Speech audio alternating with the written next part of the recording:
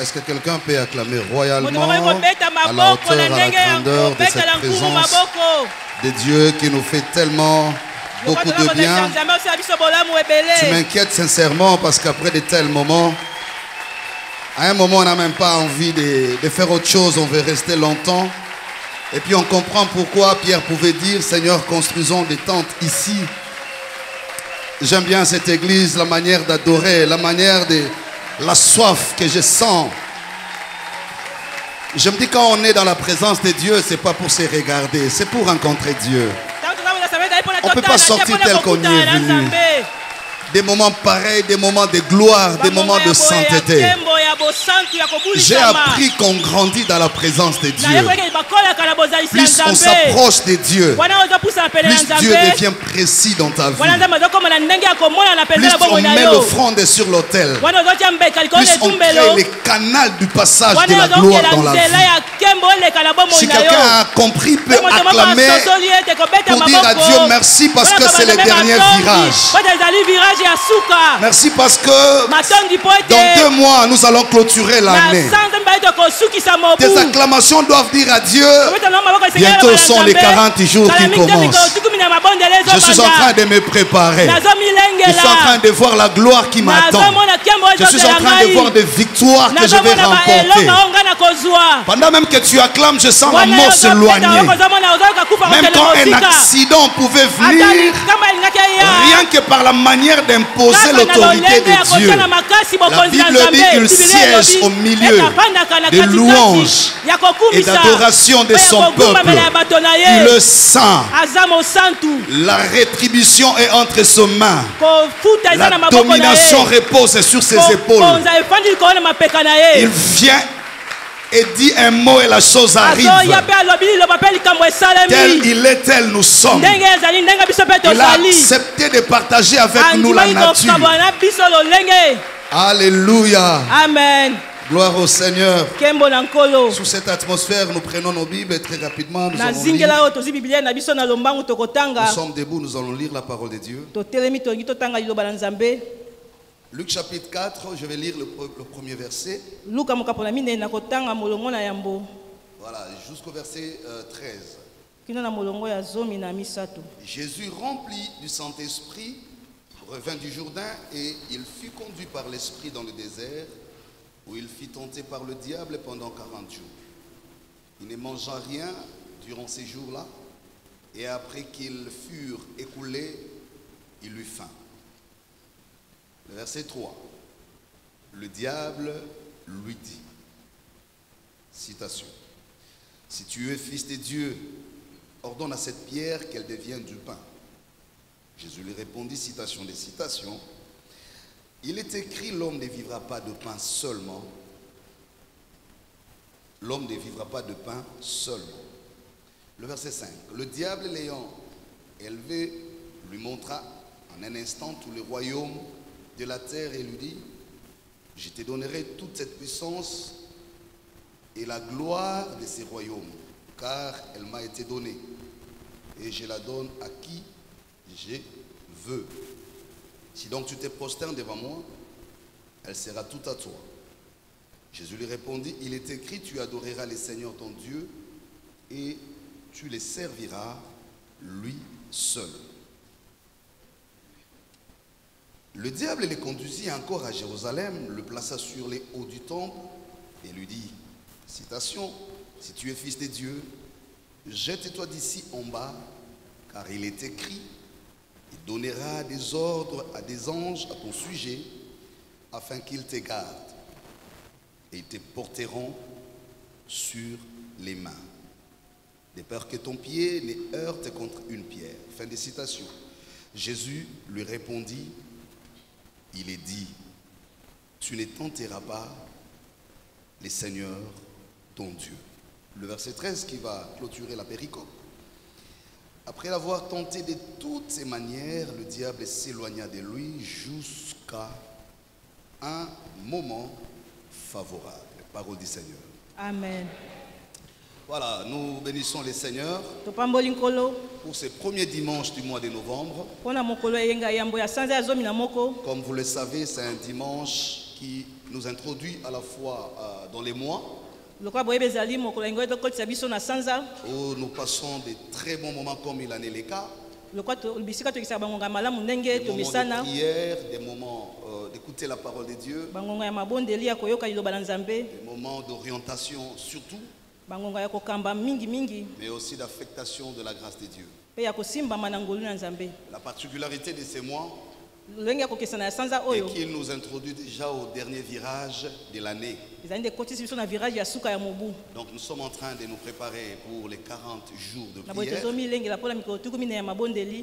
Et nous sommes très rassurés que le Seigneur nous fera beaucoup de bien.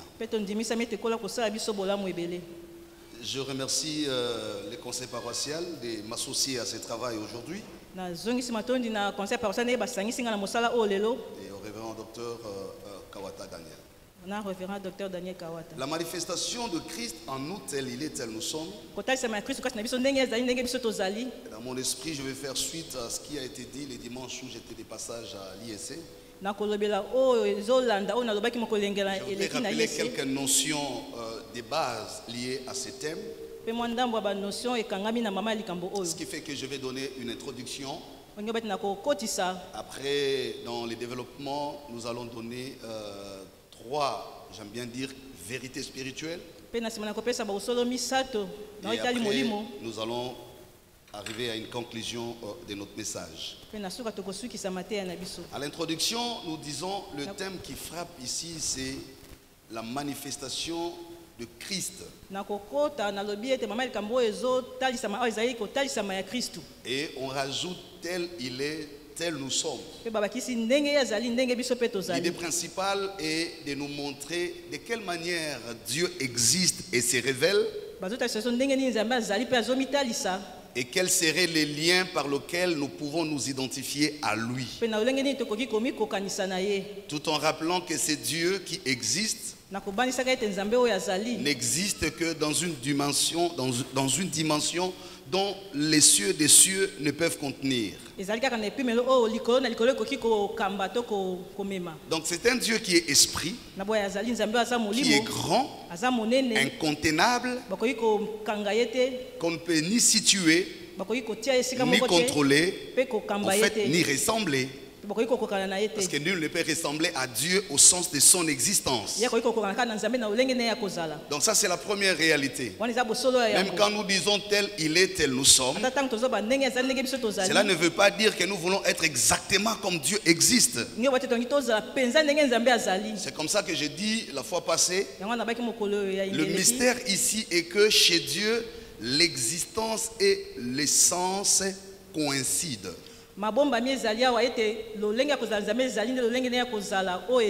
C'est-à-dire, on ne sait pas situer ses origines. On ne sait pas non plus déterminer sa substance. Différemment des hommes que nous sommes, nous naissons un jour et notre composition substantielle est connue. Mais Dieu n'est pas un être matériel. Dieu n'est pas un être humain. Même quand on se les représente en esprit, disons qu'il est assis sur le trône, c'est pas assis comme moi je l'ai fait, comme vous le faites, pas non plus comme les humains pourraient le faire. C'est des représentations. Donc ici j'insiste d'abord sur le fait que du point de vue de l'existence et de l'essence de Dieu, nous ne pouvons pas le ressembler. La ressemblance dont question n'est pas liée à l'existence de Dieu. Parce que lui existe en forme de Dieu. Il est le créateur incréé. C'est lui qui a amené toutes choses à l'existence. Et rien de ce qui existe ne l'est sans lui. Mais le deuxième point maintenant, c'est qui serait la réponse à une question fondamentale. En quoi alors sommes-nous ressemblance de Dieu?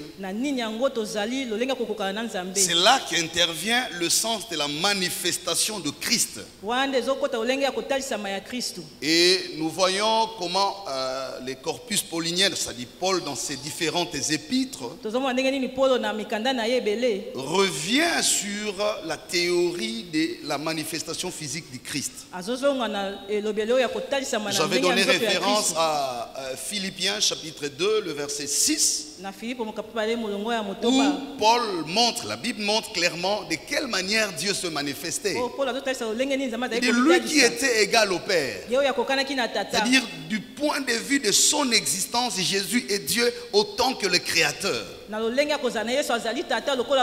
Mais il a pris la forme humaine pour se rendre visible, pour se manifester parmi les humains. Il a pris la même condition que les humains. Il a porté la chair humaine. Il est né d'une femme, mais sans les concours des noms bien sûr. Il a vécu toutes les étapes d'un être humain jusqu'à accomplir la mission pour laquelle il est venu sur la terre. Et cette épître est fondamentale parce qu'elle pose justement, elle tait les discours ou les débats sur la divinité et l'humanité de Jésus. Elle est en train de nous montrer que même quand il s'est manifesté dans la forme humaine, il n'a pas suspendu son existence de Dieu. Tout en étant humain, dans la chair, il est resté pleinement Dieu. C'est comme ça qu'on nous dit, il est 100% homme, 100% Dieu. Et l'une des raisons de la manifestation visible de Jésus parmi les humains, c'est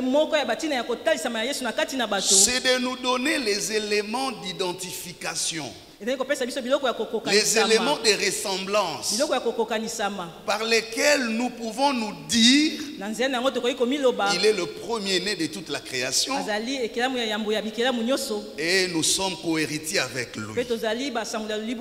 En d'autres termes, il a voulu, ou bien il a donné un modèle, le modèle du croyant, les modèles du Fils de Dieu, les modèles de l'homme de Dieu, qui reflètent réellement la volonté de Dieu. Ceci pour rattraper et corriger ce qui s'est passé en Genèse chapitre 3.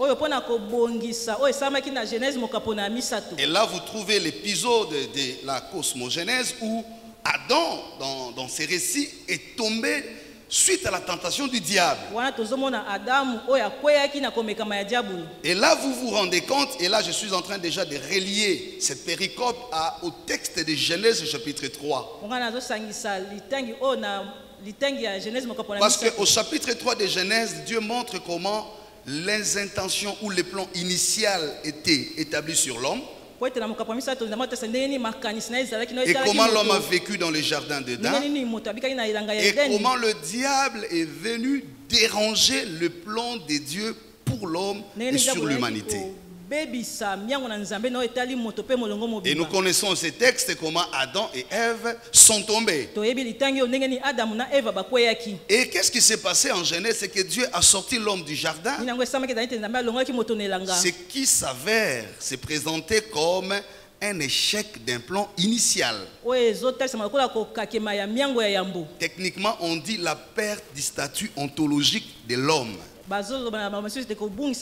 a perdu le statut par lequel Dieu l'identifiait. Raison pour laquelle tout l'Ancien Testament va se développer sur la quête de la révélation de l'homme selon l'image et la ressemblance de Dieu.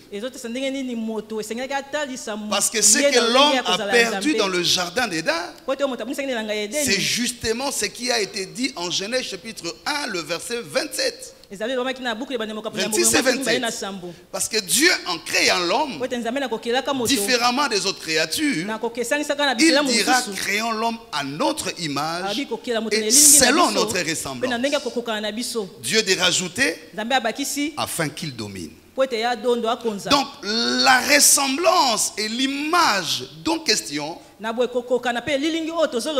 comme objectif la domination. Dominer veut aussi dire régner. Donc, quand Dieu crée l'homme, il le crée à l'idée d'un collaborateur de l'œuvre de la création. Dieu va plus loin, même pour faire participer l'homme à l'exercice de la création. Et ce qui a été perdu, c'est justement ce mandat divin où l'homme devrait dominer. Mais il ne pouvait le faire qu'à condition de ressembler à l'image de Dieu. Donc tout l'Ancien Testament, pour dire clairement les choses, est resté dans cette quête perpétuelle de retrouver l'homme à l'image et à la ressemblance de Dieu. Il y a eu des prophètes, il y a eu des hommes, des sacrificateurs. La loi était là, les prophéties étaient données, les hommes vivaient la grâce de Dieu, la bénédiction était accordée, beaucoup de choses étaient réalisées. Mais il y a un grand défi que l'homme n'avait toujours pas relevé. C'est le défi de retrouver sa ressemblance à Dieu. Et cette ressemblance à Dieu ne pouvait trouver sa validité que dans la condition de vaincre celui qui a vaincu hier. Les tentateurs, le diable.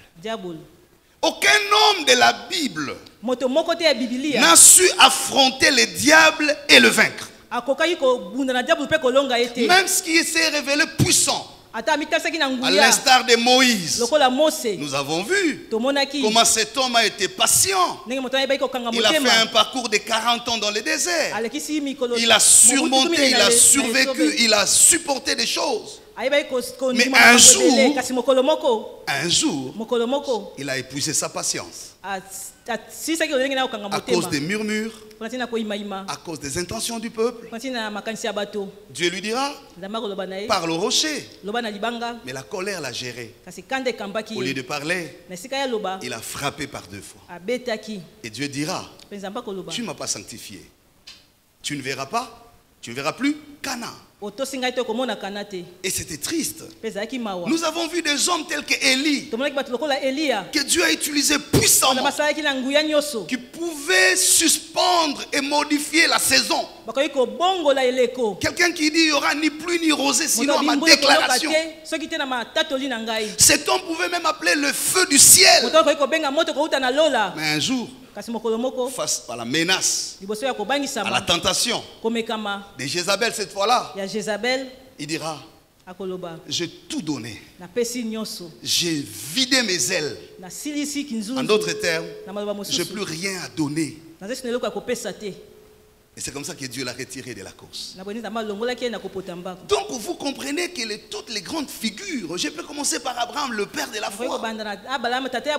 C'est pour dire l'Ancien Testament, j'insiste, c'est un point important qui doit vraiment orienter, guider la pensée des chrétiens que nous sommes.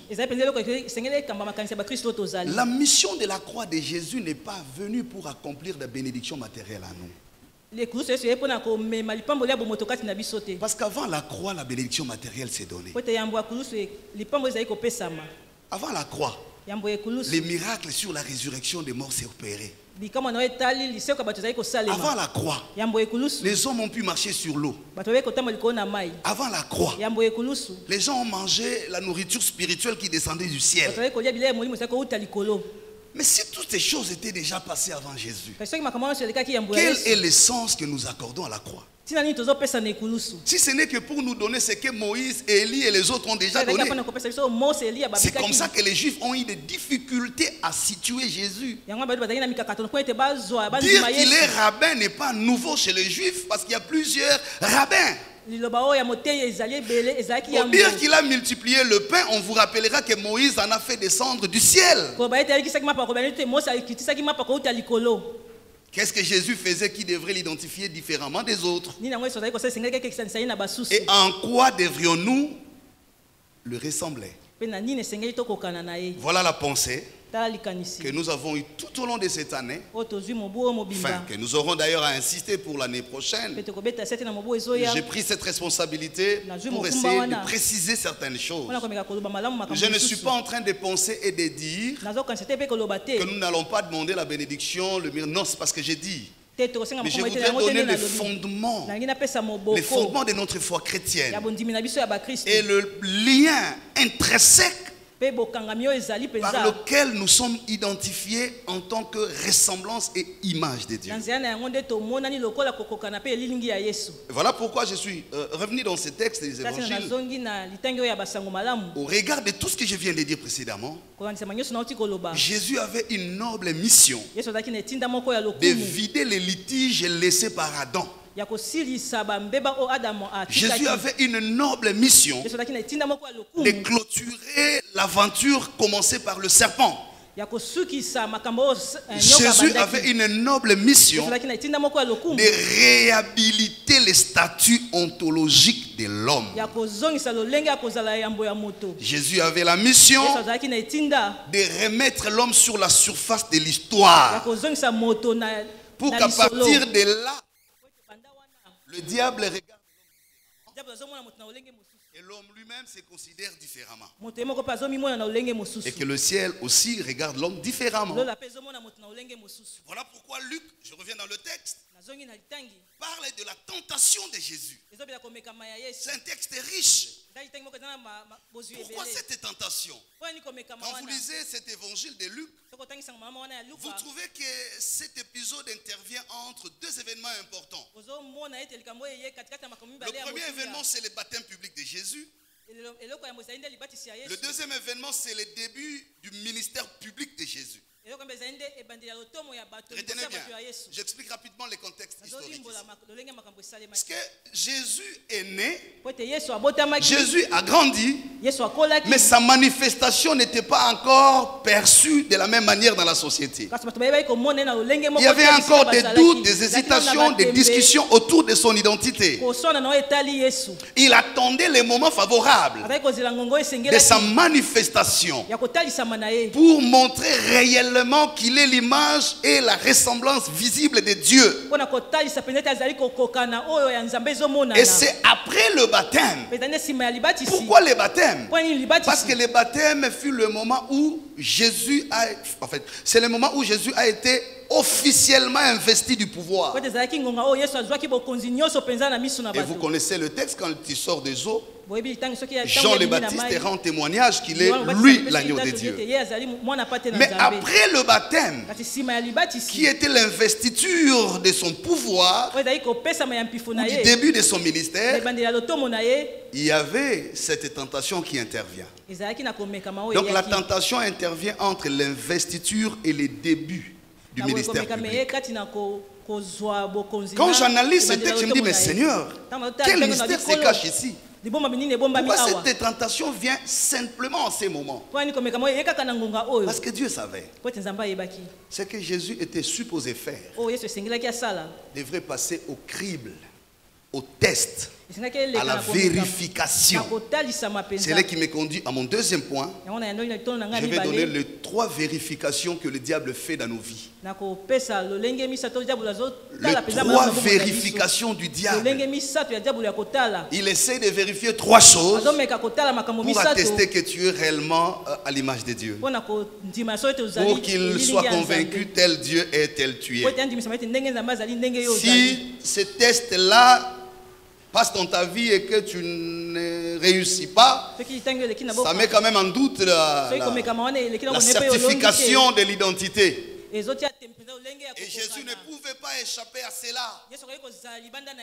Pour que le diable ait du respect à ces noms-là. Pour que les démons, la légion des démons dans le corps d'un fou de Gadara, sans qu'on ne leur dise un mot, aussitôt vu sitôt entré en panique pour que cet homme arrive à dormir même quand la tempête se déchaîne et que la tempête identifie le son de sa voix, pour que même un cadavre de 4 jours à l'état de décomposition puisse reconnaître l'autorité de la voix de cet homme-là, pour que même quand il arrive à Gethsemane et que tous les collaborateurs s'avèrent incapables de l'accompagner à l'épreuve, qu'il se rassure que même seul je peux vaincre, pour qu'il soit en mesure de dire: je connais le Père et le Père me connaît. Le Père est en moi et je suis dans le Père. Ce ne sont pas des déclarations en l'air pour arriver à bousculer le protocole de noces en osant prendre l'eau pour le transformer en vin. C'est qu'il est passé par ces 3 vérifications. Et le Seigneur me met à cœur de dire à quelqu'un: les jours et les années à venir, tu auras un rôle important à jouer. Un rôle qui sera privé et public. Mais le mandat qui te sera donné à ce rôle-là sera fonction de ce que Dieu veut faire avec toi tout au long de ces 40 jours. Je suis venu dire à quelqu'un: ta vie est en train de connaître une mutation. Tu es en train d'inaugurer de nouvelles pages de l'histoire de ton parcours. Mais avant d'y arriver, Dieu fait un arrêt stratégique et spirituel avec toi pour vérification et attestation, et qu'il soit sûr qu'il ne s'est pas trompé, et qu'il dise même s'il faut refaire le choix, je choisirai toujours lui. Je suis venu dire à quelqu'un: c'est en fait pas pour toi, mais c'est en fonction du salut qui est attaché à ta grâce. C'est en fonction du rôle que Dieu voudrait te faire jouer qu'il est prévu une zone de vérification. Et voilà comment cela va se passer. La Bible dit ceci: Jésus étant rempli de l'esprit fut amené dans le désert pour y être tenté. Et donc, ce n'est pas le diable qui les surprend, c'est Dieu qui donne un mandat au diable. C'est Dieu qui, après s'être rassuré du travail de l'esprit, après s'être rassuré de l'apport de 40 jours de prière,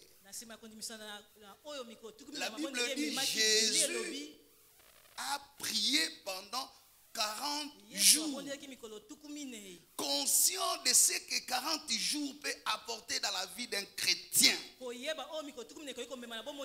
considérant l'effort que les gens et prières apportent. Dieu dit: je peux prendre le risque maintenant. Le moment où Dieu choisit lui-même d'exposer son oint, c'est pas qu'il veut piéger son oint, mais il veut donner à son oint l'occasion de prouver ses prouesses en secret. Est-ce que quelqu'un me comprend? Dieu est tellement bien, et tout ce qu'il fait a un but, tout ce qu'il fait a un sens. Première vérité, le diable vérifiera ton attachement à ce qui est matériel. Première étape. C'est la même chose qu'il a fait avec Adam. Quand il vient dans le jardin, il pose une question simple: Dieu a-t-il réellement dit: je n'ai pas mangé des fruits de l'arbre? C'est la question est posée à Ève. Il dit oui, oui. Mais pourquoi? Parce que le jour où j'en mangerai, je mourrai. Correctif. Il dit non. Tu ne mourras jamais. Dieu sait que le jour où tu en mangeras, tes yeux s'ouvriront. Tu verras différemment les choses. Tu ne dépendras plus de lui pour agir. Et la Bible dit rajouter: dès l'instant le regard de la femme changea sur le fruit. C'est alors qu'elle a commencé à découvrir que les fruits étaient agréables. Les fruits étaient précieux. Les fruits étaient utiles. Et c'est ce qui l'a attiré vers les fruits. Elle n'est pas allée vers les fruits parce qu'elle n'avait jamais connu le fruit. Elle n'est pas allée vers les fruits parce qu'elle n'aimait plus Dieu. Non. Elle est allée vers les fruits parce qu'on a changé son regard sur le fruit. La plupart des cas, le diable, quand il vient vérifier, il nous soumet à cet exercice. La simple des choses, c'est qu'il change le sens des événements qui passent dans nos vies. Même des choses pour lesquelles, habituellement, selon ta foi, tu étais capable de dire ça, non, je ne fais pas. Mais quand le diable vient, la première des choses, il change ton regard. Et quand les regards changent, parce que la vision, c'est le sens qui donne sens à tout le sens. Ce que tu vois te permet d'entendre. Ce que tu vois te permet de parler. Ce que tu vois te permet de toucher. Donc la vue est un sens stratégique dans la foi. C'est pas pour rien on dit la foi vient de ce qu'on entend. Et ce qu'on entend vient de Dieu. Mais quand on essaye de définir la foi elle-même en Hébreu 11, on dit c'est une démonstration. C'est une visibilité des choses invisibles. La foi opère dans ce que l'on voit sans voir. Et si le diable veut détruire la foi, il commence par changer ce que tu es censé voir pour bien voir. Et c'est comme ça qu'il vient utiliser les événements autour de toi. Il vient, il passe par des histoires, par moments, qui créent des confusions sur ton entendement. Dès l'instant où tu commences à avoir des confusions dans l'entendement de ta relation avec Dieu, le doute l'a fait entrer le diable. Mais c'est comme ça que Moïse est tombé. Parce qu'il a posé la question: suis-je à la place de Dieu pour vous donner de l'eau? Alors que Dieu lui a dit: je te ferai Dieu. Mais comment tu vérifies ce qui est déjà attesté? C'est comme ça que tu entendras une femme devant un miroir se regarder attentivement et se demander: moi si. Alors qu'elle sait qu'elle a moi si. Et ces doutes-là, quand le diable commence à mettre dans ta tête, il peut utiliser des problèmes que tu traverses, des difficultés que tu rencontres, pour donner un autre sens à cela. Combien de femmes, à cause de la maternité, sont allés au-delà de la patience? Combien de frères, de sœurs, à cause du temps qui traîne encore à arriver, ont brisé les limites de la patience? Ce n'est pas seulement vous, ça commence depuis la Bible. Et ces choses sont écrites pour nous donner beaucoup d'exemples, pour vous dire ce terrain est très sensible. Quand le diable vient, il dit: si tu es vraiment fils de Dieu, ordonne à ces pierres de devenir de pain. En d'autres termes, veut le dire: en réalité tu peux tout faire, mais sans pain tu ne vaux rien. Prière, onction, grâce, c'est bien, mais est-ce que as-tu le pain? Et jusqu'à quel point tu es attaché au pain? Sans le pain, est-ce qu'il y a une vie? Est-ce que tu peux attester l'amour de Dieu sans le pain? Et vous en fait lui dire: mais écoute, tu prétends être l'image de Dieu, mais vérifions un peu si Dieu t'aime. Et quand il pose cette question, c'est au moment où Jésus a faim. La Bible dit: il a jeûné, il a prié 40 jours, il a faim. Et donc les moments étaient favorables. Le diable ne viendra jamais quand tu es OK. Et il ne passera pas là où tu es si fort. Il touchera les zones les plus vulnérables. Et à chaque fois que tu es dans un moment de vulnérabilité, disais-je, sans que tu es plus exposé. Quand ce cœur brûle à jamais pour le mariage, c'est à ce moment-là que la confusion peut se glisser. Et quand même des prophéties là commencent à te dire: cette année ne finira pas, quelqu'un viendra. C'est dans ce quelqu'un qui viendra là que Dieu peut aussi mettre un quelqu'un qui n'est réellement pas le quelqu'un prévu par Dieu. Et à ce moment-là, ta capacité du jugement baisse. Parce qu'influencé par ce que tu as entendu et poussé par ce que tu entends, tu ressens, tu vis. Parfois, personne ne peut te comprendre. Et c'est là le moment le plus difficile. Bien-aimés dans le Seigneur, nous sommes en train de nous préparer au rendez-vous des héros. Ces choses ne viennent pas dans la vie de n'importe qui. Parce que vous êtes des héros. C'est que Dieu vous prépare au rendez-vous de l'histoire. Et il veut commencer à poser les éléments de différence entre vous et les autres. Et quand certaines choses arrivent, ne prétendez pas que Dieu ne vous aime pas pour ça. Mais rassurez-vous que Dieu est en train d'attester, de confirmer, de donner la preuve de son jugement sur moi. Je ne sais pas à quel moment tu passes aujourd'hui. Je ne sais pas qu'est-ce qui t'anime, qu'est-ce qui te bouscule. Mais j'entends du fond de mon cœur qu'il y a plusieurs cœurs qui pleurent ici. Qui pleurent, qui gémissent, qui se disent Seigneur, tu m'as abandonné. J'aurais bien voulu avoir aussi telle chose ou telle autre. Et parfois quand tu te regardes, tu as vraiment la conclusion que Dieu ne t'aime pas. En quoi pourrais-je attester que Dieu m'aime? Deuxième élément de vérification.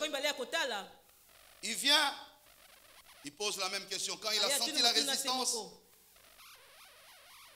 il dit, il y a un royaume. Il l'amène sur le sommet de Jérusalem. Il lui montre toute la gloire. Il dit, prosterne-toi. Une fois tu le fais, tout ceci devient à toi. Le diable vérifie à quel degré ton âme est attachée à la gloire. À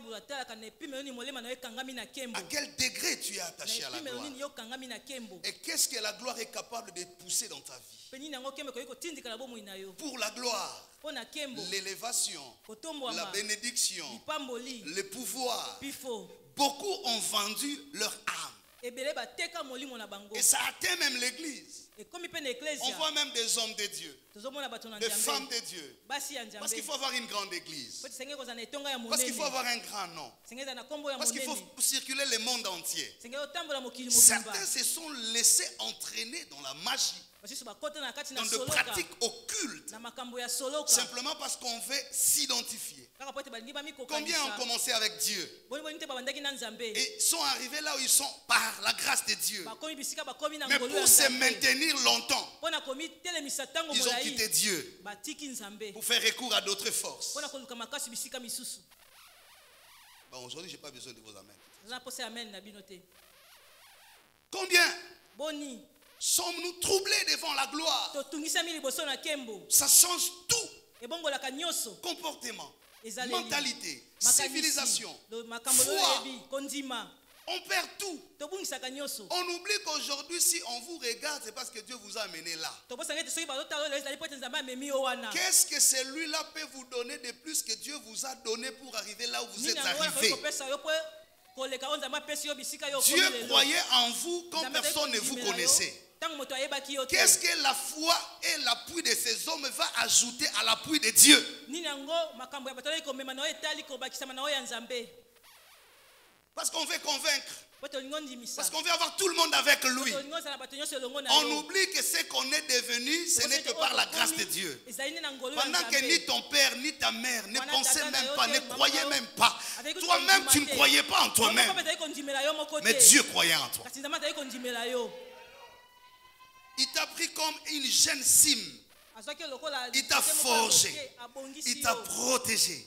Tu es passé par beaucoup d'événements qui pouvaient effacer ta mémoire sur la surface de la terre. Dieu a pris les devants. Il a orienté les événements. Même là où tu étais coupable, il a pris ta défense. Il t'a réhabilité. Là où tu étais victime, il a pris ta défense. Il t'a protégé. Là où tu n'étais pas qualifié, il t'a complété. Il a été ton avocat. Il est allé convaincre les cœurs des gens que tu ne connaissais pas. Il a pris ton dossier. Il l'a introduit dans le songe du chef. On ne te connaissait pas. Tu n'avais pas de proximité. Tout c'est Dieu qui oriente. Même quand toi-même tu es fatigué, lui te dit lève-toi, prends courage, allons-y. Même quand toi-même ton cœur te dit je vais à gauche, gauche, lui prend son bâton, il prend sa houlette, il te ramène avec gentillesse. Même quand tu refais les mêmes erreurs que tes pères, au lieu de prendre la verge de fer, il prend le coup des enfants. Il te redresse et te récupère. Il te rappelle, je n'ai pas l'intention de changer mes projets avec toi. Mais aujourd'hui, quand tu arrives là, tu oublies d'où tu viens. Voilà les erreurs de Moïse. Tu as traversé la mer Rouge. Tu as donné la nourriture au peuple. Il n'y a pas de régie des eaux, ils ont bu. Il n'y a pas de SNEL, ils ont eu l'électricité. Mais est-ce devant la pierre que Dieu va t'abandonner? Dieu n'est pas comme un homme qui dit oui le matin et non le soir. Non, non, non, non. Dieu est tellement fidèle. Les convictions de Dieu ne reposent pas sur les actes de l'homme. Les convictions de Dieu reposent sur le plan qu'il a déjà prévu. La Bible dit ceci: je connais les projets formés sur toi. C'est Dieu qui dit à Jérémie, quand tu étais encore dans le ventre de ta mère, ce n'est pas par l'intercession de ton père, ce n'est pas par l'offrande de ta mère que j'ai été convaincu de t'établir prophète. Non, toi-même tu ne savais ni gêner, ni prier, ni payer la dîme. Mais là au ciel, nous avons convenu dans un conseil extraordinaire que la réponse de la génération s'appelle X. Et quand le ciel est convaincu de toi, il a commencé à organiser les événements. Je vais te donner une grande révélation. Même ton père là où il était, ta mère là où elle était, les deux étaient naturellement diamétralement opposés. Mais parce que ta naissance devrait venir, Dieu touche le cœur de ton père. Il ramène vers ta mère.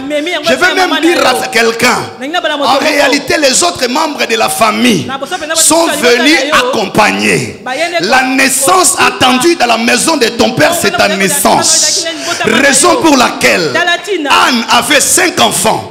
Mais les 5 enfants sont venus accompagner la naissance de Samuel. Parce que l'enfant pour qui Dieu avait prévu la stérilité chez Anne, la consécration de Anne, c'était Samuel.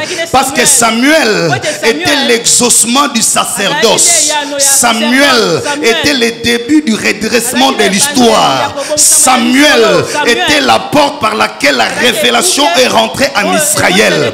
Et à cause de Samuel, Dieu a préservé la matrice de Anne, qu'elle ne porte pas un autre enfant, pour préparer la consécration de l'homme qui vient ramener la consécration sacerdotale. Dieu a retardé d'autres grossesses. Dieu a supprimé momentanément.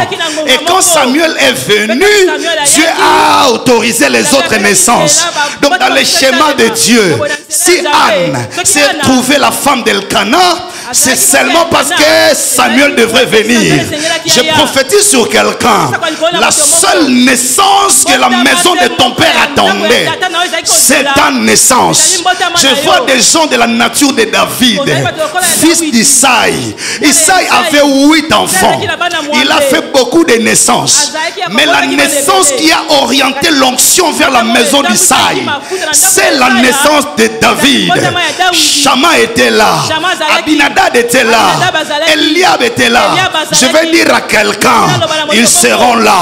C'est ton frère, c'est ta soeur, ce sont les oncles. Mais l'attention du ciel est sur toi. Il lui fallut la 8e naissance pour que la boussole de Genèse, chapitre 49, le verset 10, soit fixée sur Isaïe. Là où il était écrit, le sceptre des commandements ne s'éloignera pas de Judas. Le rameau se lèvera du trône d'Isaïe. Il y avait une prophétie sur Judas, et Judas avait besoin d'Isaïe, et Isaïe avait besoin de David, et David ouvrait la porte à Jésus. Je vais dire à quelqu'un, ta destinée est dans la logique prophétique de Dieu. Rien n'arrive au hasard dans ta vie. Si le rameau s'est levé chez Isaïe, parce que l'homme selon le cœur de Dieu était prévu à la maternité d'Isaïe. Je dis à quelqu'un qu'on le veuille ou pas, les chronos d'une nation peut être suspendu sur la maturité d'un seul homme. Donc que tu dises amen ou que tu ne dises pas amen, c'est ton affaire.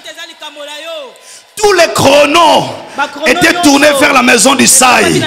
On attendait l'homme qu'on devrait oindre pour roi. Et ce jour-là, Dieu a dit à Samuel, prends l'onction, va à Bethléem. Il dit, mais personne ne m'a invité. Saül la prendra et me tuera. Il dit, non, vas-y. Il y a quelqu'un qui avait fait suspendre les temps. J'attendais qu'il arrive à la maturité de vaincre les lions et les ours. Maintenant, le temps annoncé est accompli. C'est celui-là qui a donné les contenus. C'est lui qui a fait entrer le nom d'Eliab dans la Bible. C'est lui qui a fait entrer le nom de Shama dans la Bible. Si c'était la présence de David, le nom de son père n'entrerait pas dans l'histoire de la Bible.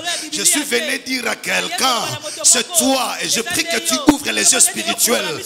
Tu n'es pas n'importe qui. La concentration du diable sur toi révèle la peur que l'ennemi a sur le dessein de Dieu. Il sait que tu es l'élément déterminant. Il sait qu'on peut laisser tout le monde dans ta famille, mais te maîtriser toi, te paralyser toi, ce serait paralyser tout un schéma. C'est comme ça que dans le temps de Moïse, au temps de Moïse, Dieu a laissé à ce que Pharaon tue tous les enfants. Parce qu'il y a des enfants qui sont des figuratifs, mais il y a d'autres qui sont des acteurs principaux. On pouvait tuer les enfants, on pouvait les jeter à l'eau, mais il y avait un enfant, il y avait une naissance qui n'était pas comme toutes les autres naissances. Il y avait un homme et une femme de la maison de Lévi. Ils ont eu un enfant comme tous les autres parents. Mais quand ils ont regardé leur enfant, ils disent non, le nôtre est différent des autres. Le nôtre est particulier. Ils sont allés les cacher quelque part. 3 mois après, incapables de les protéger, ils sont allés les déposer sur l'eau. Mais j'aime le Seigneur de gloire. Pendant que les parents se sont déresponsabilisés de la destinée de Moïse, Dieu a activé la prise en charge, la récupération. Je prophétise au nom de Jésus. Là où les soutiens ont été déconnectés, ont été désactivés, avant la fin de cette année, le ciel provoquera la reconnexion prophétique. Waouh, waouh. Je vois quelqu'un en train de changer de varèse. Tu as longtemps joué dans une équipe. On a retiré ces varèses-là. Ainsi dit Dieu. Il y a une mutation qui est en train de se faire. On te retirera, on te déconnectera, on te détachera de cet homme qui croit être le Dieu de ta vie là, qui pense que ses fiançailles ont tout amené dans ta vie. Il est en train de se pavaner, il est en train de se croire. Mais j'ai dit à une femme ce matin, ne t'étonne pas, Dieu te déconnectera parce que tu es porteur de plusieurs saisons et il te reconnectera entre les mains de la fille de Pharaon qui connaissait la valeur de Moïse, qui connaissait le destin de Moïse, qui connaissait la force de la grâce de Moïse et qui lui a donné et les noms et les statuts et les opportunités. Là où on t'a privé ces choses, ne t'incline pas devant le diable, ne trahis pas ta consécration, ne t'agenouille pas devant la magie, ne va pas dans l'occultisme. Dieu qui a commencé cette œuvre avec toi la rendra parfaite. Tu as commencé avec Dieu, reste avec Dieu, tu finiras avec Dieu. Tu n'es pas un accident dans le plan de Dieu. Le ciel est sur toi, les yeux de Dieu sont sur toi. Tu n'es pas seulement l'enfant de ton père, tu es l'exaucement de Dieu pour la génération. Je suis venu dire à quelqu'un, tu n'es pas que l'épouse de ton mari, tu es la maternité de l'exaucement de tes entrailles sont passées, les hommes et les femmes. Je parle à une femme ce matin. Arrête ton deuil. N'envie pas le mari de l'autre. Je parle à un homme. N'envie pas les temps de l'autre. La gloire est celle que Dieu lui-même donnera. Ne te précipite pas. Ne cherche pas à satisfaire les cœurs. Anne a passé tout son temps à chercher l'enfant pour rivaliser Pénina. Dieu ne l'a pas exaucé pour ça. Ça traîne. Parce que tout ce que tu demandes, c'est juste pour te donner de l'honneur. Pour qu'on dise pour qu'on dise pas à la kitoko. Juste pour consoler la honte. Dieu n'a pas besoin de consoler ta honte. Dieu a besoin de prouver son choix sur toi. Arrête de faire des choses pour dire aux gens que tu n'as pas besoin de crier que tu crains Dieu. La crainte de Dieu ne s'écrit pas. Il y a des signes et des preuves qui accompagnent. Tu n'as pas besoin de crier que j'ai l'onction. L'onction ne s'écrit pas. L'onction se constate. On constatera. Même des gens qui ne te connaissent pas. Même des gens qui ne t'approuvent pas. Arrête de forcer les choses. Tu es prédestiné à la gloire. Ce que le diable te propose ne ressemble à rien à ce que Dieu t'a donné. Quand le diable te demande, quand le diable veut te donner, il commence par te demander. Donne-moi ton père. Donne-moi ta mère. Donne-moi tes enfants. Mais Dieu, avant de donner, il ne demande pas. Il se donne d'abord lui-même. Il va d'abord à la croix. Il va vider les litiges. En fait, Dieu n'attend rien de toi. Parce qu'avant que tu commences à donner l'offrande, la Bible dit il s'est livré lui-même à la croix de Golgotha. Pendant que les autres donnent leur maternité pour avoir les postes, le ciel a donné sa maternité pour sauver l'humanité. Je prophétise au nom de Jésus, reste calme. Ce que tu es n'est pas ce que ton père dit. Ce que tu es et ce que Dieu dit de toi. Sois patient. Et le dernier point, je vais terminer par là. Le diable vérifie quoi? L'amour de Dieu dans ta vie. Le degré de l'amour de Dieu. Il dit, si tu es réellement fils de Dieu, jette-toi. Parce qu'il est écrit, il enverra des anges à ton sujet. Oh, j'attends quelqu'un ici en train de pleurer à la fin de cette année. Même la dernière des choses sur laquelle tu comptais vient de partir. Je parle à quelqu'un. L'esprit me dit d'insister sur ça. La dernière des choses sur laquelle tu comptais vient de partir. Tu viens de finir la semaine avec de très mauvaises nouvelles.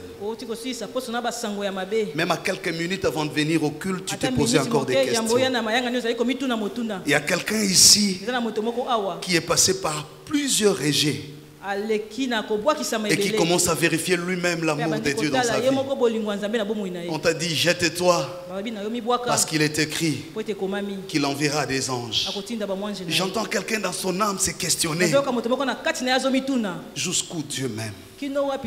J'ai gêné, je priais, je crains Dieu, je le sers, je me sanctifie, je le pression, j'ai l'impression vaut mieux faire tout ce que les autres font que de perdre doublement. Je me refuse de toutes ces choses, mais après je n'ai pas ce que j'espérais avoir.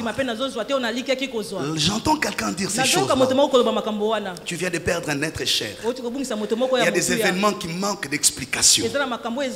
Tu te poses la question, Seigneur, tu ne pouvais même pas penser aux orphelins. Tu ne pouvais même pas penser à ce qui adviendrait après. Comment as-tu autorisé cela? Tu attends quelqu'un à regarder. Même quand il s'est dit 40 jours, oui. Mais j'espérais que 2018 ne finirait pas. C'est déjà passé. Jusqu'aujourd'hui 2022. Je ne pensais pas que ça allait prendre aussi longtemps. Je ne pensais pas que ça allait traîner. Et là on me dit encore de me préparer pour les 40 jours. Et c'est des vérités. J'entends quelqu'un entendre cette voix dans son cœur. Et le diable est en train d'insister. Si tu es réellement fils de Dieu, il voulait lui dire si vraiment Dieu t'aime. En fait, il ne peut pas te laisser t'écraser. Parce que lui-même a dit, pour ceux qui m'appartiennent, même quand ils se laisseront tomber, j'enverrai les anges à leur secours. Pour dire à Jésus, es-tu sûr que les anges viendraient? Es-tu sûr que Dieu est avec toi? Et c'est ce qu'on lui disait à la croix. Tu as guéri les autres, non? Guéris-toi toi-même. Tu as ressuscité les morts. Mais comment tu coules? Comment tu pleures? Je vois quelqu'un à bout du souffle. Troisième vérification. Le diable se moque de toi. Il dit, ah oui, tu as résisté, non? Tu as résisté à ceci. Tu as résisté à la gloire. Maintenant, la troisième vérification. Oui, je crois que Dieu est avec toi.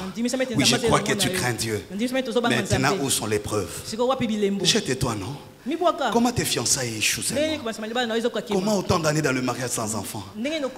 Les diables vérifient dans le cœur de quelqu'un. Mais j'ai la bonne nouvelle. C'est celle que je t'ai amenée ce matin. Je suis venu dire à quelqu'un, le mois de novembre sera le mois de victoire. Le mois de novembre sera le mois de confirmation. Ne quitte aucun terrain là où le Seigneur t'autorisera de mettre le pied. Quand tu seras seul contre tous, rappelle-toi de ce message. Dis-toi, Seigneur, je sais, ce n'est que le terrain de vérification. Chaque étape par laquelle Dieu te fera passer, tel il a vaincu, tel nous serons. Jésus a démontré au diable que ce qui est de Dieu reste de Dieu. Tu peux avoir vaincu en Genèse, mais tu n'as pas le mandat de vaincre en Apocalypse. Je dis à quelqu'un, si hier tu étais tombé, relève-toi, prends courage, rien n'est perdu, le combat continue encore. Il a dit au diable, il est aussi écrit. En d'autres termes, en dehors de ce que tu connais, il y a aussi ce que tu ignores. L'homme n'est pas que pain, l'homme n'est pas que gloire, l'homme n'est pas que démonstration, l'homme est aussi privilège de Dieu, l'homme est aussi grâce de Dieu. Je finis pour dire à quelqu'un, tu vivras, tu ne mourras pas, tu vaincras. Novembre, mois ya balongi, c'est le mois des vainqueurs, c'est le mois des vainqueurs. Quand tu verras une situation, dis-toi, Dieu me donne l'occasion de vaincre. Quand tu verras une tentation, dis-toi, Dieu me donne l'occasion de vaincre. Regarde ta stérilité. Quand tu entres en novembre, dis à ta stérilité, Dieu me donne l'occasion de vaincre. Tout ce qui était problème hier, tout ce que tu regardais comme difficulté, à partir de ce dimanche, quand tu mangeras à la scène du Seigneur, le Saint-Esprit qui descend en ces lieux te prendra lui-même en charge. C'est ce jour-là que Jésus a ouvert la voie à son ministère public. La victoire de la tentation avait donné la victoire sur toutes les épreuves du ministère de Jésus. Même quand le diable venait, quand il rencontrait Jésus, Jésus ne disait rien. Mais le diable se rappelait de la victoire de la montagne. Les démons reculaient. Je prophétise sur quelqu'un dans les jours qui viennent. Ce que tu feras pendant les 40 jours mettra la provision pour le parcours de ta vie. Tu arriveras à des endroits, tu ne prieras même pas. On te mettra du poison. Quand tu le prendras, la provision de 40 jours sera en train de transformer ce poison en miel. Et tu constateras seulement les gens se repentir, mais toi tu resteras en vie. Je dis à quelqu'un, ce que nous faisons avec Dieu met la provision à notre parcours. Les gens vont commencer à te regarder. Mais comment il fait pour faire tout ça? Dis-leur, je suis passé par l'école de la provision. Je connais le secret avec Dieu. Dieu. J'ai bu à la coupe de l'intimité. J'ai bu à la coupe de la présence de Dieu. Il y a des choses que Dieu te donne dans sa présence. Pas pour répondre au présent, mais pour anticiper l'avenir. Tout ce que nous recevons dans la présence de Dieu met la provision à notre parcours. Quand tu seras devant Lazare, tu diras un seul mot. Lazare sort. La mort obéira à la victoire de la montagne. Elle se rappellera qu'à la montagne, la tête du serpent a été écrasée. J'ai dit à quelqu'un, ne crains plus rien. Nous entrons dans la zone de conquête. Tu retourneras sur le même lieu où tu avais été humilié. Dieu a rappelé le serpent qui avait humilié Adam, le premier Adam. Il ne sortira pas de l'histoire de la Bible sans corriger la défaite de l'homme. Dieu a fait l'examen des repêchages. Il réinvite les serpents. Voilà pourquoi quand il vient, il ne vient pas comme les dragons. Il ne vient pas comme les lions. Parce qu'il devrait revenir avec l'image par laquelle l'homme était tombé. C'était l'image du serpent. Et Dieu les rappelle pour finir l'épisode du serpent. Je prophétise au nom de Jésus. Les batailles que tu avais perdues, là où les parents avaient perdu, là où la famille avait perdu, c'est toi qui te lèveras. Dieu réinvitera la même bataille.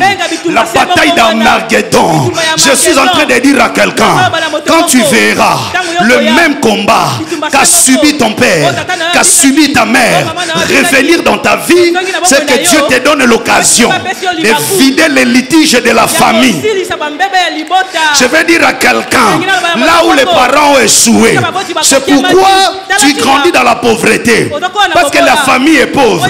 Mais ta présence dans la pauvreté, c'est pour corriger la notion de la pauvreté. J'ai dit à quelqu'un, tu es le héros de la famille. Tu es le héros de la nation. Tu es le héros de ce peuple. J'entends le bruit prophétique dans mes oreilles. L'année 2023 annonce des grands bouleversements. Je prophétise au nom de Jésus. Les faibles se relèveront. Les abandonnés se relèveront. Les prostituées se transformeront. Je prophétise au nom de Jésus. Dans cette église, on verra des grands bouleversements. La révélation de fils et de filles de Dieu. Des hommes et des femmes qu'on ne connaissait pas avant. Je suis en train de prophétiser. 2023, prépare-toi bien. Prépare-toi bien. Tu viendras corriger les échecs de la famille. Oh Adam, repose-toi. Il y a le second Adam qui vient corriger, qui vient vider les litiges du serpent. Le serpent a don doigt naïe. Mais il y a un dernier adversaire. Dis au serpent de ta famille, n'écris pas encore victoire. Il y a le dernier combat. Et toi-même, prépare-toi bien. Dis-toi, je suis le soldat du ciel. Quand je vois ma vie passer par les mêmes tentations, passer par le même combat, passer par le même souffrance, ce n'est pas pour que je meure comme mon père. C'est pas pour que je souffre comme mon père. C'est pas pour que je sois enterré comme ma mère, mais pour que je les réhabilite dans l'histoire de l'humanité. On te regardera, on respectera ton père.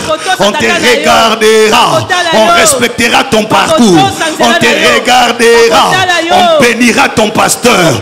On dira tu es passé entre les bonnes mains. Je dis à quelqu'un, ne te compromets pas, pardon. Tu es la réserve de la nation.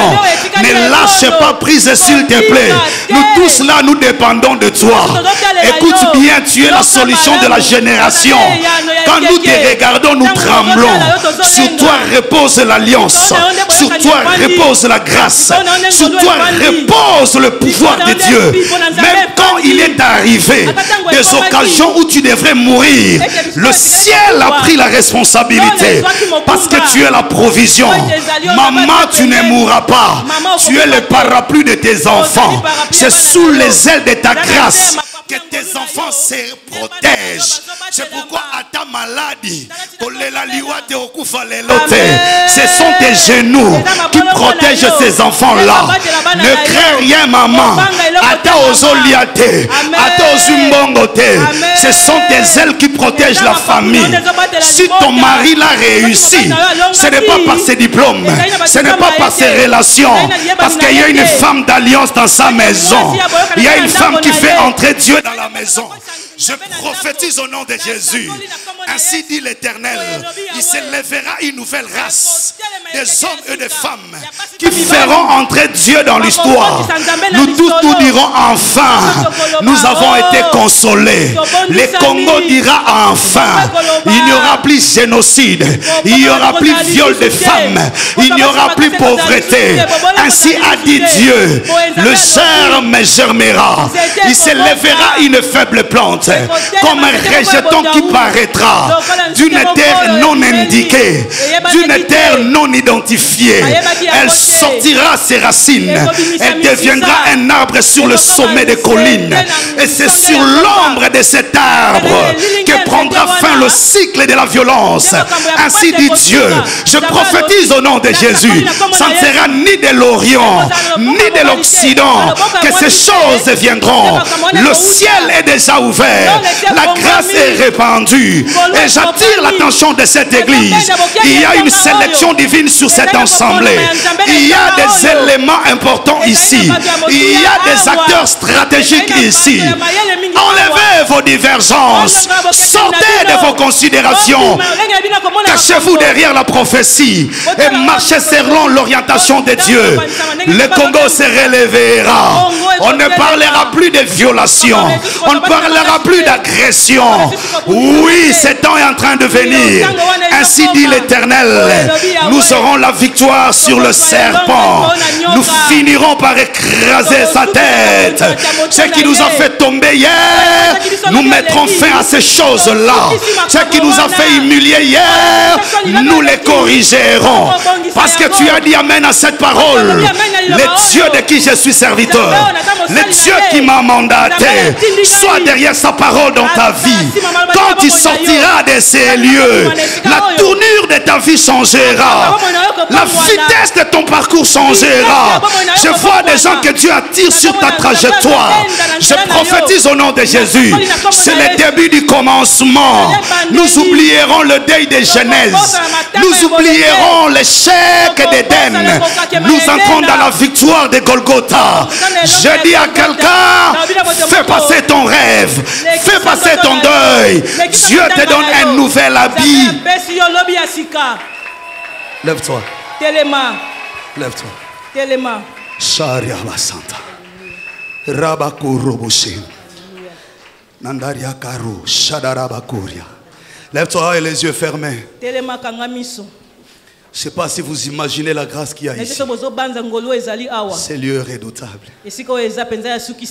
Ce n'est pas n'importe quelle entraille qui fait naître des rois. Écoutez-moi bien. Ce n'est pas n'importe quelle entraille qui porte la grossesse des rois. Ici sont les entrailles qui portent la grossesse des hommes et des femmes qui sont prévus. Lève le main. Il y a une forte alliance de Dieu ce matin. 2021 est passé. 2022 est en train de finir. Le 40 jours qui s'annonce. S'il te plaît, rate à nos 15 jours. Et commence déjà à te préparer. Dis à Dieu, me voici. Il y a une connexion divine ce matin. Dieu a libéré sa grâce ce matin. Le mois de victoire, parce qu'il faut vider les litiges. Ça, c'est le code de ces jours. Le mois de victoire, parce qu'il faut vider les litiges. Les litiges d'Éden, Dieu veut les vider. Lève ta main. Curieusement, c'est toi que Dieu a choisi pour ces rôles. Commence à libérer ton cœur et ta voix. Dis-lui, me voici. Tel tu es, tel je veux être. L'alliance que je sens encore ce matin. Il y a des moments où nous prêchons, mais il y a des moments où nous ne prêchons plus. Même nous-mêmes, nous ne nous contrôlons plus. Nous sentons que le ciel nous prend en charge. J'ai senti encore ce moment ce matin. J'ai vu beaucoup de paroles prophétiques sortir ici. Beaucoup de visions qui me circulent. Je suis en train de voir des choses redoutables ce matin. Sois concentré s'il te plaît, c'est pour quelques minutes. Dis à Dieu, me voici. Me voici. Tu ne te recommandes pas, c'est Dieu qui t'a désigné. C'est toi. Dieu n'a pas vu quelqu'un d'autre sur toi. Tu videras les litiges. Tu videras les litiges. Tu videras les litiges. Dis-lui, mon cœur est là. Donne-moi le pouvoir de la sainteté, le pouvoir de l'intégrité, le pouvoir de la droiture. Aujourd'hui, ne demande pas l'argent, parce que c'est le temps de consécration. Dieu est en train de te rebrancher à la fréquence. Il y a des choses que tu as perdues depuis un temps. Il y a des moments que tu ne vis plus avec le Seigneur. Le diable s'est beaucoup joué de ton intelligence. Il a beaucoup secoué ton cœur. Il a utilisé des événements pour te pousser à croire que Dieu n'est pas avec toi. Tu es même allé plus loin. Tu as posé certains actes. Tu te vois tomber. Aujourd'hui, Dieu veut te relever. Personne ne restera tombé. C'est l'armée que Dieu est en train de recomposer. Les ossements desséchés sont en train de se reconstituer, sont en train de se recomposer, sont en train de se réformer. Lève tes mains et continue à prier. Et il y a quelque chose qui se passe ce matin. Le moment de reconnexion. Il y a des décisions à prendre maintenant là. Si tu étais engagé à quelque chose, au moment où l'Esprit a parlé, tu sens ton cœur bousculé, prends la décision de j'abandonne. Et si tu sens qu'il faut que je prie pour toi, spécifiquement, parce que tu avais pris certaines décisions et aujourd'hui tu te sens bousculé, tu peux lever ta main de là où tu es. Tu peux lever ta main, je veux prier. On n'a pas d'espace devant pour vous inviter, mais de là où vous êtes, je peux prier. Tu as pris des décisions, tu as été sérieusement secoué, tu as quitté la zone de la consécration, tu es sorti de l'abri de ton alliance avec Dieu. Ce matin, Dieu t'a rappelé. Il n'a pas prévu un autre. Il n'a pas prévu un autre. Seigneur, je te prie pour ces hommes et femmes qui ont levé leurs mains. Merci de les récupérer. Merci de les rebrancher. Merci de les reconnecter à la fréquence de ta grâce. Dans le nom glorieux de Jésus. Nous allons finir par cette prière. Tu lèves les mains. Tu vas dire à Dieu, maintenant, je me donne à toi. Je me donne à toi pour le reste du parcours. À partir de maintenant, je ne serai plus la même personne. Prie au nom de Jésus.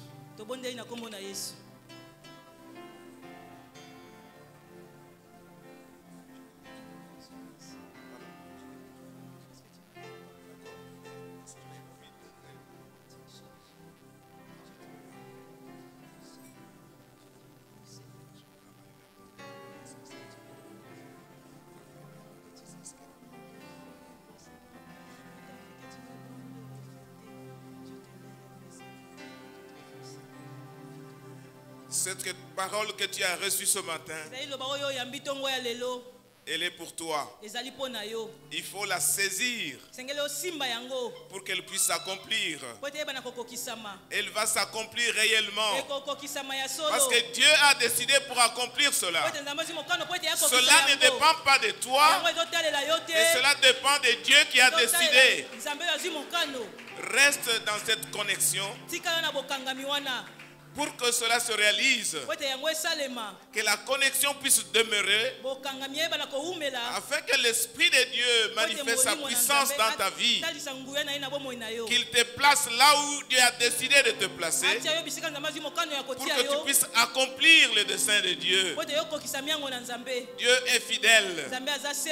Nous allons élever nos mains, dire merci pour l'accomplissement de sa volonté pour nos vies. Il a un plan pour chacun de nous. Il a un plan pour cette église. Nous allons le bénir et nous allons le glorifier pour ce qu'il a révélé ce matin et il va accomplir. Prions le Seigneur. Oh Dieu de gloire, nous bénissons ton Saint-Nom. Merci pour le plan que tu as pour chacun de nous. Merci pour le plan que tu as pour cette église. Tu es le Dieu fidèle, Seigneur notre Dieu. Nous te sommes reconnaissants et nous te bénissons, Seigneur notre Dieu. Nous n'avons rien mérité de gloire, mais toi tu as décidé ainsi. C'est pour cela que nous te bénissons, notre Dieu. Et nous te sommes reconnaissants. Reçois l'honneur, reçois la gloire et reçois la louange au nom de Jésus-Christ. Et nous bénissons le Seigneur, nous l'applaudissons et nous crions, nous poussons des cris de joie pour ce qu'il a fait pour nous.